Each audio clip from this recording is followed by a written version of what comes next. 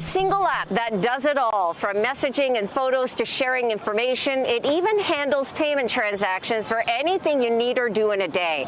That basically is what's at stake for anyone in the U.S. who uses WeChat. Though according to U.S. officials, there's a hidden cost that comes with it, too. WeChat, or Weixin as it's called in China, is a super app that's so ubiquitous here, it's actually hard to function without it. 1 billion users are dependent for messaging, group chats, voice and video calls, photo timelines called Moments. You use it to pay for stuff, to order pizza, groceries, get a loan, even sell things in a WeChat store. That WeChat does it all is exactly the problem for U.S. officials, who say the platform is heavily censored and monitored by China's government, that it's a propaganda messaging tool that poses a danger to the privacy and data security of Americans who use it. Thank you very much, everyone. President Trump issued an executive order last month to ban WeChat and to block its transactions. The ban was supposed to take effect on Sunday, until a court in California said not so fast.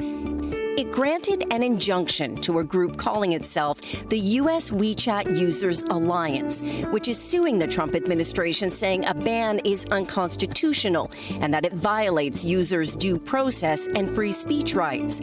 There's upwards of 19 million users in the U.S., according to Apptopia. The lawsuit argues the ban targets Chinese Americans who use it to stay in touch with people here in China. Victor Shi is among them. He lives in Illinois.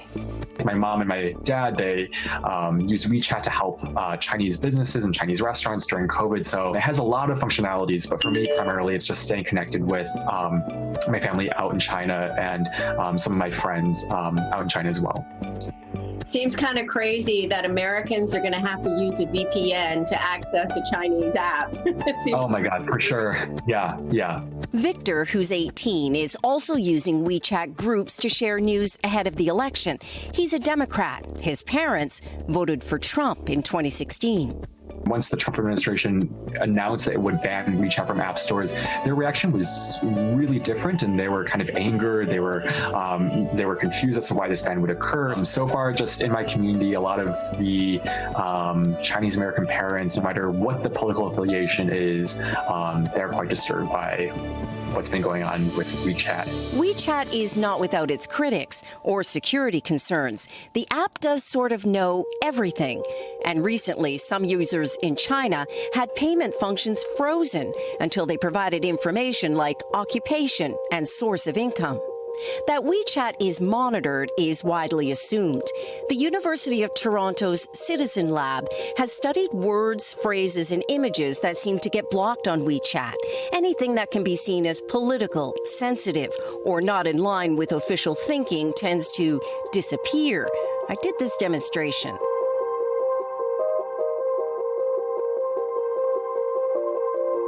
Tencent, the company that owns WeChat, called the proposed ban unfortunate and says it provides the highest standards of user privacy and data security. It also points out that WeChat and Weixin are effectively two separate apps with different servers. But for users, there's crossover all the time. The resources are linked.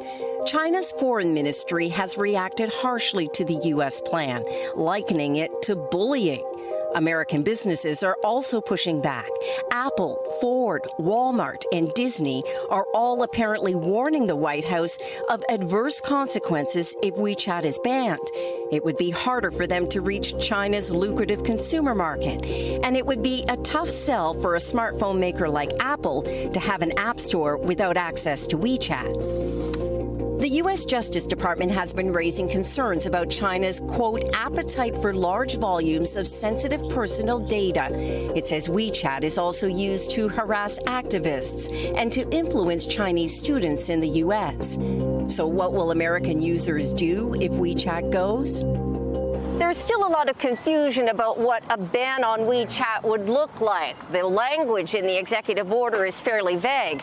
American businesses are hoping to get it narrowed down so they have some clarity, while American users are hoping the legal case against the ban will work. Hey, NBC News viewers, thanks for checking out our YouTube channel. Subscribe by clicking on that button down here. And click on any of the videos over here to watch the latest interviews, show highlights, and digital exclusives. Thanks for watching.